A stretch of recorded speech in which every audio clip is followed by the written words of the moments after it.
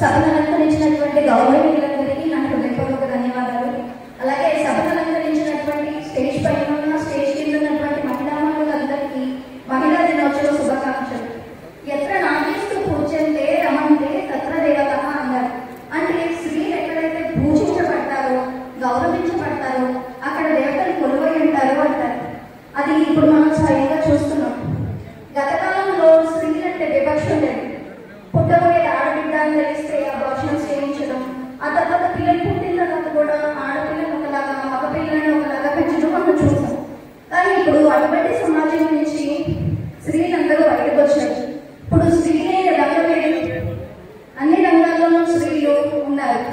ఇందు కలడు అందులేదని సందేహం పోలదు, ఎంతైతే వెతకు చూసిన అందంతే గలదు స్త్రీ.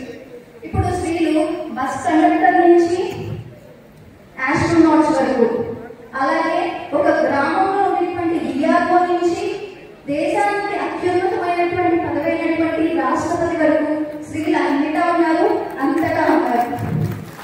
ఒకప్పుడు స్త్రీకి బాల్యంలో తండ్రి, యవ్వనంలో భర్త, వృద్ధాప్యంలో కొడుకు అండదండలతో ఉండాలి అని నా స్త్రీ మతం స్వాతంత్రం అలగది అన్నారు. అంటే స్త్రీ అన్నవాడికి స్వాతంత్రం లేదు, ప్రతి వయసులో ఏదో ఒక పురుషుడి మీద ఆధారపడాలి అనేసి అన్నారు. కానీ ఇప్పుడు ఏ స్త్రీ కూడా ఒక వేరే వాటి మీద ఆధారపడాల్సినటువంటి అవసరం లేకుండా అన్ని రంగాల్లోనూ అభివృద్ధిని సాధించారు.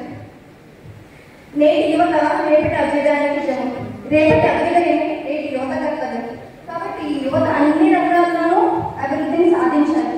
ప్రతి తల్లి తన కొడుకుకి అంటే కూతురికి ఏ విధంగా అయితే బయటకు వెళ్ళేటప్పుడు జాగ్రత్తగా ఉండాలి అని చెప్తారో, అదేవిధంగా తన కొడుకు కూడా చిన్నప్పటి నుంచి నేర్పించండి.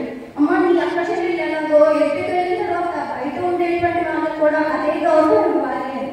అప్పుడు ఇలాంటి హత్యలు, మానవంగాలు, అపహరణలు అలాంటివి ఏమీ లేనటువంటి సమాజాన్ని మనం చూడగలుగుతాం. ఉడుకు రక్తం ఒప్పొంగే యువతరం జాతి నిర్మాణానికి కారణాచి.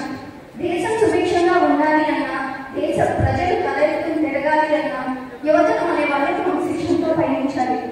నేను మా పోలీస్ డిపార్ట్మెంట్ తరపు నుంచి అన్ని రంగాల్లో ఉన్నటువంటి స్త్రీలకు శుభాకాంక్షలు తెలియజేస్తున్నాం.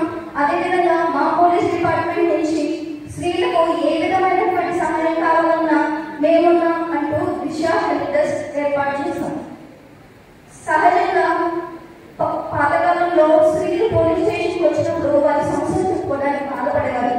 కానీ ఇప్పుడు అటువంటి సమస్య లేదు. ప్రతి పోలీస్ స్టేషన్లలో ఒక ఉమెన్ ఉంటారు, ఉమెన్ హెల్ప్ డెస్క్ ఉంటుంది. మీకు సంబంధించినటువంటి ఎటువంటి సమస్యలైనా సరే మీరు స్వేచ్ఛగా వారికి చెప్పుకోవచ్చు, మీ సమస్యల్ని పరిష్కరించుకోవచ్చు. అలాగే ఏదైనా సమస్య వచ్చినప్పుడు మీరు ధైర్యంగా పోలీస్ స్టేషన్కి వెళ్ళండి. ఏదైనా సమస్య వచ్చినప్పుడు మీకు రక్షణ